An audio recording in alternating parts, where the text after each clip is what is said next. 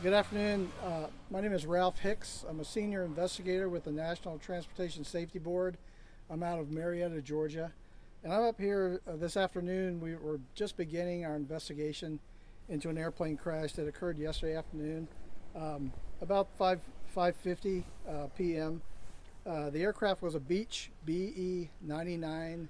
It's a twin-engine turboprop airplane, and it was operated by Wiggins Air out of Manchester, New Hampshire. The airplane was configured for cargo. However, in this circumstance, this was a training flight.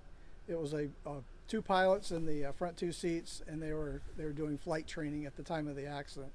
The airplane departed about 5:09 p.m. from Lewiston Auburn Airport.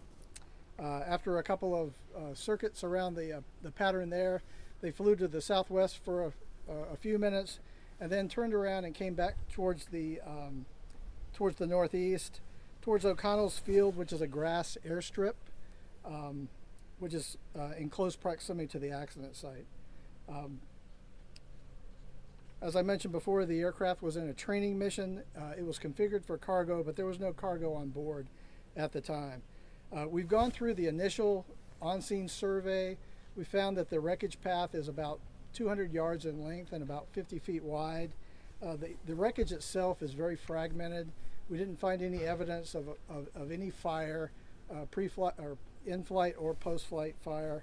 The components of the aircraft, we're going through those right now to make sure that we have everything that we need.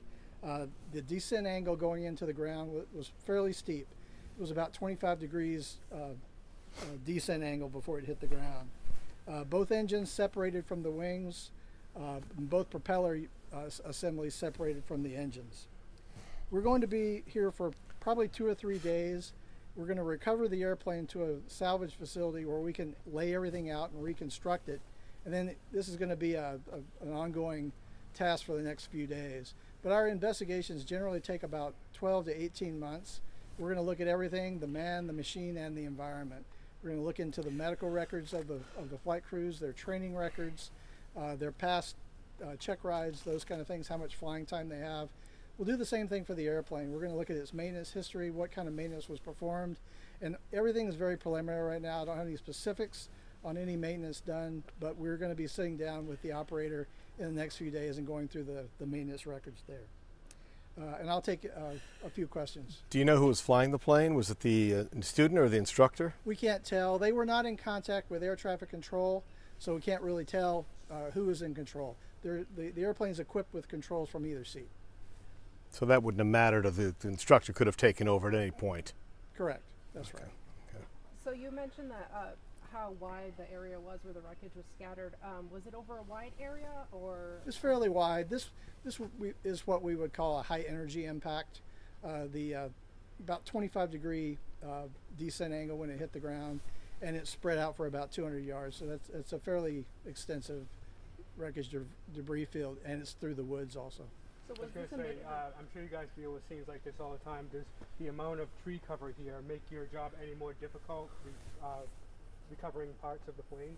Not really. This one's actually not going to be very difficult to recover. We use salvage crews that specialize in aircraft recovery, and they're probably going to be here beginning tomorrow to start bringing the wreckage out of the woods, and we'll take it to a facility where we have more better facilities to lay it out. A lot of people are saying they heard what they thought was a loud explosion. Did the plane explode in some way, or was that just part of the crash? I've not spoken to any of the witnesses yet. The local authorities, who have been great, by the way, everyone the first responders, everyone has been just excellent. They've provided me with information on witnesses. I'll be calling those witnesses in the next few days and asking them what they believe they saw or heard. Is there any data on the plane itself that you can get Just the information basic information from? that I've already given you, that it's a twin-engine turboprop. We're going to be going into the maintenance history of the airplane in the next few days, but I don't have that information right now. But there's no black box or anything like that? Not on this airplane. Okay, No. yeah. have you identified? I'm sorry if I missed this. Have you identified who and let their kin know? We do not release information on personal information on the pilots. That's for the local authorities to do. What kind of mid-air event would have caused the transponder to stop transmitting data? I'm not sure that happened, so I'm not going to speculate or anything like that. Anything else? The pilots are taken for an autopsy, I'm assuming. That's And correct. and will you get some of that information as Since well? both pilots had access to the flight controls, we'll make sure that autopsies are performed on both pilots and toxicology. The FAA does their own independent toxicology, and we get those results after any fatal accident. Will the FAA look at anything different than you, or do you just coordinate and work on together? scene. Yeah, I'm sorry? We work together on scene. They're a party to all of our investigations.